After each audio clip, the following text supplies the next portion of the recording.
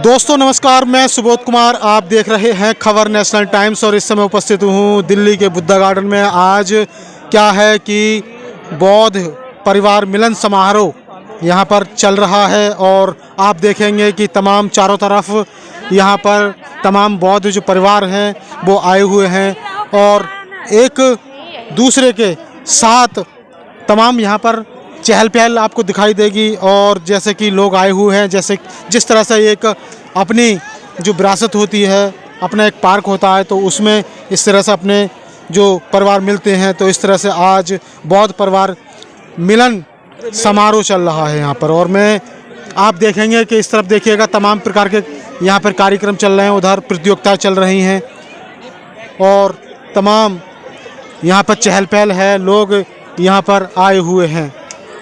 तो मैं एक एक करके यहाँ सभी से बात करूँगा और यदि आप जैसे कि शोभा देखेंगे इस पार्क की, तमाम यहाँ पर रौनक है और यहाँ पर मैं आने जाने वालों से भी बात करूँगा एक एक करके। मेरे साथ यहाँ पर अनिल सागर जी, देखिए अनिल सागर जी भी आ चुके हैं इस पार्क में। जी, आज बौद्ध परिवार मिलन समारोह है, तमाम काफ़ी संख्या में लोग आए हुए हैं। सबसे पहले तो बताइए क्या कहेंगे आज इस पर? सबको बहुत बहुत बधाई। आज बौद्ध परिवार मिलन मेले में सभी लोग आए हैं, अम्बेडकरवादी लोग हैं, बाबा साहब भगवान बुद्ध की विचारधारा जुड़े हुए लोग हैं। तो यहाँ पर एक संख्या बल दिख रहा है, दिख रहे हैं कि हमारे लोग जिंदा हैं, अभी जागरूक हैं। तो मैं सभी को शुभकामनाएं दूंगा, धन्यवाद करूँगा आप लोग आए। जी देखिएगा अनिल सागर जी ने ये चुनाव भी लड़ा था विश्वासनगर सीमापुरी विधानसभा से चुनाव भी लड़ा था। तो मुझे बताइए कैसा आपका अनुभव रहा चुनाव का? अनुभव बहुत अच्छा रहा। मैंने अब तक चुनाव संगठन में रह के चुनाव लड़ाए थे, पर चुनाव लड़ाने का अनुभव अलग होता है और चुनाव लड़ने का अनुभव अलग होता है। और अनुभव इतना बड़ा था कि जितना 20 साल मैंने समाज को दिया और 20 साल का अनुभव मुझे जो है 1 महीने के अंदर मिला। अच्छा जी। तो इसलिए संगठन कहाँ कमज़ोर रहता है, हमारे लोग कहाँ गिर सकते हैं, कहाँ लोग बढ़ सकते हैं, कहाँ दलाली कर सकते हैं, किसके पास रात को बैठते हैं। हमारे बाद हमारा जो हमारी समीक्षा होनी चाहिए वो दूसरी पार्टियों में जाके बैठ कर समीक्षाएँ होती हैं। बहुत अच्छी तरीके से मैंने अपनी आंखों से देखा और लोगों को अपनी इंटेलिजेंस से पकड़वाया भी मैंने। तो ये हमारे अम्बेडकरवादी हैं, हमारे बुद्धिस्ट हैं जो अम्बेडकरवाद को बढ़ाने की बात कर रहे हैं। मैं उनका भी साधुवाद करूँगा। जी। अच्छा, आपने जैसे कि आप कह रहे हैं मैंने 20 साल से चुनाव लड़वा रहा था लेकिन लड़ा नहीं था, और लेकिन अब जो एक्सपीरियंस मिला है चुनाव लड़ने का, तो क्या लगता है आपको सबसे ज़्यादा जो टफ होता है, चुनाव लड़वाना आसान होता है या फिर चुनाव लड़ना?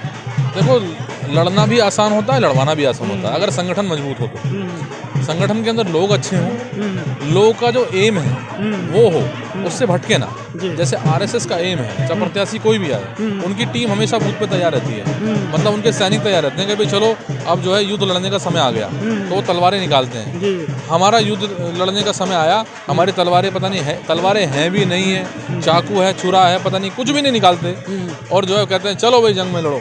तो ऐसे जंग नहीं लड़ी जाती, ना जीती जाती। चुनाव लड़ाना भी आसान है, चुनाव लड़ना भी आसान है। मैंने इसलिए बताया कि चुनाव लड़के अनुभव ये मिला कि हमारे जो अम्बेडकरवादी लोग हैं वो भटक जाते हैं, रास्ता दूसरा सेलेक्ट कर लेते हैं। उनके पास उनके घर में बीमार बच्चे जो है उसी दिन बीमार होते हैं, उनकी गाड़ियाँ खराब हो जाती हैं, उनके मोबाइल रिचार्ज नहीं हो पाते हैं। तो जो है ये सारी चीज़ें परिस्थितियाँ ठीक नहीं है। हम कहते हैं कि स्वाभिमान पैदा होना चाहिए लोगों के अंदर, पर स्वाभिमान उनका मरा हुआ होता है। जिस लड़ाई को साहब कांशीराम ने सोचा कि हम समाज लेने वाला नहीं देने वाला समाज बनाएंगे, तो वो जो आज आपको मेले में बहुत सारे लोग दिख रहे होंगे ना अम्बेडकरवादी, तो प्रत्याशी के पास जाकर कहते हैं कि आज हमारा तो रिचार्ज खत्म हो गया, आज हमारा ये हो गया, आज घर में राशन नहीं है। तो ये बहुत अम्बेडकरवादी को ऐसी सोच, ऐसी छोटी सोच रखनी नहीं चाहिए। पर तब भी इसके बीच का रास्ता निकाला जाएगा, संघर्ष जारी है, काम किया जाएगा। बाबा साहब एक राजनीतिक सवाल और, क्योंकि यहाँ ये बुद्धा गार्डन है और यहाँ आज बुद्ध परिवार मिलन समारोह, लेकिन मैं आपसे एक दिल्ली से संबंधित एक सवाल और पूछ रहा हूँ कि जिस तरह से नतीजे आए हैं दिल्ली के, कहीं ना कहीं मतलब बीजेपी की सरकार बनती दिखाई दे रहे, तो आपको क्या लगा? आप भी दिल्ली में रहते हैं, क्या बीजेपी की सरकार बनेगी तो क्या गरीबों का भला इसमें हो पाएगा? मतलब क्या जिस तरह से झुग्गी झोंपड़ी में लोग रहते हैं, किल्लत भरी जिंदगी जी रहे हैं, क्या उनको राहत वगैरह मिल पाएगी या फिर क्या कहेंगे इस पर अपने नज़रिए से? मैं तो अपनी सीमापुरी में घूमा, सीमापुरी में 25-30 साल से तो विकास नहीं हो पाया, लोगों का भला तो नहीं हो पाया। जी। उसमें कांग्रेस भी शामिल थी, भाजपा भी शामिल थी, आम आदमी पार्टी भी शामिल थी। तो जाने वो जिनकी सरकार बनी है, जी। जिन्होंने बनाई, जाने वो कि कौन किसका भला करेगा किसका नहीं करेगा। पर जब चुनावी दौर जब शुरू हुआ था, आम आदमी पार्टी की जब पहली लिस्ट जारी हुई थी, तो मैंने ये स्पष्ट कर दिया था प्रेस कॉन्फ्रेंस में कि इन लोगों ने मैनेज करके टिकट दिए हैं और इन्होंने साबित किया है कि हम लोग आज आम आदमी पार्टी वाले लोग वो भाजपा की सरकार बनाने जा रहे हैं। तो भाजपा की सरकार बनवाई उन्होंने, क्योंकि जेल का खतरा था। जिस तरीके से लाइन से सत्येंद्र जैन, मनीष सिसोदिया, अरविंद केजरीवाल जेल से बाहर आए थे, तो उससे साबित हो गया था कि ये लोग, इन्होंने खुद कहा था अरविंद केजरीवाल ने कि हम जो है आरएसएस के लोग थे, हमारे पापा शाखा में जाते थे, हम जो है हमारे आरएसएस से जुड़े हुए थे हमेशा। तो वो फिर आदमी जब थोड़ा तेज चलता है तो चीज़ों को भूल जाता है और उसके जो कदम होते हैं वो कहीं ना कहीं छाप छोड़ के चले जाते हैं। तो उन्होंने साबित किया है कि भाजपा की सरकार बनाने में उनका पूरा अहम रोल रहा है। और आप दोनों को देखेंगे, एक सिक्के के दो पहलू हैं ये, आप उधर से पलटेंगे तो आरएसएस, इधर से पलटेंगे तो आरएसएस। तो इसलिए समाज को, लोगों को गुमराह करके ये लोग चुनाव लड़ते हैं और इनके पास धन बल है। 10 दिन की चकाचौंधी में लोग बिल्कुल डूब जाते हैं, चाहे वो दारू हो, पैसा हो, खाना हो, जो भी चीज़ें हों, ये सब लोग भूल जाते हैं और उनको वोट करते हैं, उनको जिताते हैं और 5 साल गुलामी की ज़िंदगी जीते हैं। तो ये गलत है, शर्मनाक है और आने वाले समय में हम लोग प्रयास करेंगे बदलेंगे। जी। जो बुद्धा गार्डन में जैसा आज आए हुए हैं, सभी लोग बाबा साहब को मानते हैं, लेकिन मैं आपकी जानकारी के लिए बता दूं कि सबसे पहले मुझे ये बताइए कि अगर इंडिया की बात की जाए, जहाँ तक कि विश्व की बात की जाए, तो शायद बाबा साहब मतलब एक हायर एजुकेटेड पर्सन हो, तो उसमें एक सिंबल ऑफ नॉलेज कहा जाता है। ये तो आप भी मानते हैं? नहीं, बाबा साहब ने तो वो काम किया है जो देश का कोई नेता, कोई महापुरुष या कोई ऐसा व्यक्ति नहीं कर सकता। जो इतनी संख्या में लोग जो गुलाम थे, जिनको जानवरों से भी, जानवरों का भी दर्जा नहीं था, जानवरों से भी नीचे का दर्जा उनको मिला हुआ था, तो बाबा साहब ने तो इंसान की श्रेणी में उनको खड़ा किया। तो इसलिए बाबा साहब ने जो भी किया दलितों अगर हम इंडिया मानेंगे, इंडिया के अंदर या तमाम तो हायर एजुकेटेड पर्सन है बाबा साहब। नहीं, बाबा साहब ही, इसमें कोई सवाल नहीं है। कोई सवाल नहीं है। नहीं, आज हम जो खड़े हैं, मैं आपकी जानकारी के लिए बता दूं कि गूगल के द्वारा जो अभी हम सर्च करेंगे हायर एजुकेशन एड पर्सन, तो उस पर बाबा साहब को के बजाय कोई दूसरा जिसके पास ओनली 20 डिग्री दिखा रहा है, जबकि बाबा साहब के पास 32 डिग्री थी। इस पर आप क्या करें? देखो, गूगल की तो बात खैर हम नहीं कर रहे। आप गूगल से ज़्यादा देखिए कि क्या, गूगल से ज़्यादा संख्या में जो लोग यहाँ देश के अंदर रहते हैं, आप उनसे पूछ के देख लीजिए।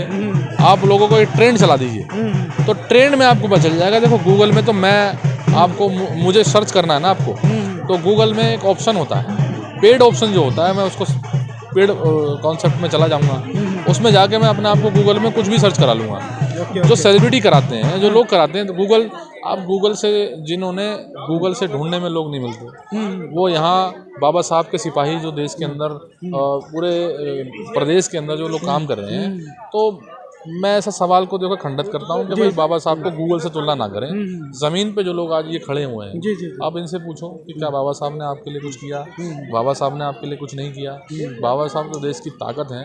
आज मैं बोल रहा हूँ वो बाबा साहब की वजह से, आज अच्छे कपड़े पहन रहा हूँ बाबा साहब की बदौलत, मैं चुनाव लड़ा बाबा साहब की बदौलत, आज महिला सम्मान से जी रही है बाबा साहब की बदौलत, मेरा बच्चा स्कूल में अच्छी शिक्षा ले रहा है बाबा साहब की बदौलत, मैं खाना खा रहा हूँ तो बाबा साहब की बदौलत। और देश की किसी भी वर्ग की महिला हो, वो अगर कुछ भी कर रही हो, आज पायलट बनी हो, मुख्यमंत्री बनी हो, प्रधानमंत्री बनी हो, आईपीएस बनी हो, आईएएस बनी हो, पीसीएस बनी हो, वो बाबा साहब डॉक्टर अम्बेडकर की बदौलत। मेरा सवाल पूछने का मतलब यही था कि अगर बाबा साहब को गूगल से अगर हटा दिया जाए तो क्या लोग भूल जाएंगे? नहीं, कोई नहीं बोल सकता, कोई नहीं बोल। देखो, आरएसएस अपना काम कर रही है और हम लोगों को जो है अपने काम की गति को बढ़ाना चाहिए। जी, क्या संदेश देंगे आज जो परिवार मिलन समारोह में? संदेश मेरा यही रहेगा सभी जितने भी दर्शक हैं कि आने वाले समय में जैसे भी चुनाव आता है, तो जिस तरह की भीड़ आप यहाँ दिखाते हो, अपने क्षेत्र के अंदर संगठन को मजबूत किया करो, सक्रिय हो जाया करो। आप जब तक सत्ता में नहीं आओगे तो इस तरह के आयोजनों का कोई फायदा नहीं है, इसका कोई भी मेल नहीं हो पाएगा। बाबा साहब अम्बेडकर ने भी खुद कहा था, political power is the master की, यानी कि राजनीतिक वो सत्ता की चाबी है जिससे हर प्रकार के ताले खोले जा सकते हैं। आप यहाँ पर जो भाषण दे रहे हैं लोग, आज जो यहाँ पर चर्चा कर रहे हैं, जिस भी बिंदु पर चर्चा कर रहे हैं, वो कहीं ना कहीं राजनीति से जुड़ा होता है। आप धर्म की बात कर रहे हैं यहाँ पर खड़े हुए, वो राजनीति जुड़ा हुआ है। आप अच्छी सुविधा, अच्छी एजुकेशन की बात कर रहे हैं, वो राजनीति जुड़ा हुआ है। आप अम्बेडकरवाद की बात कर रहे हैं, अम्बेडकरवाद को बढ़ाने की बात कर रहे हैं, वो राजनीति जुड़ा हुआ है। इसलिए जब चुनाव आए तो आपको सक्रिय हो जाना चाहिए। दूसरी पार्टियों के पाले में या बड़ी पार्टियों के पाले में मत जाया करो। आपने साबित किया दिल्ली के अंदर, चाहे बीएसपी हो चाहे एएसपी हो, आपने जो वोट दिया है आपने अपनी संख्या को और अपने आप को कमजोर करने का काम किया है और ये बताया कि हम लोग गुलाम हैं। जी जी, बहुत बहुत धन्यवाद आपका। तो देखिएगा तमाम मेरी मुलाकात हो रही है और मैं आगे की तरफ चलता हूँ। वहाँ पे देखिएगा कुछ कंपटीशन चल रहे हैं और कंपटीशन की तरफ मैं लेके जाता हूँ। देखिएगा मैं दिखाऊंगा आपको ये नज़ारे और एक एक करके सभी नज़ारे दिखाऊंगा।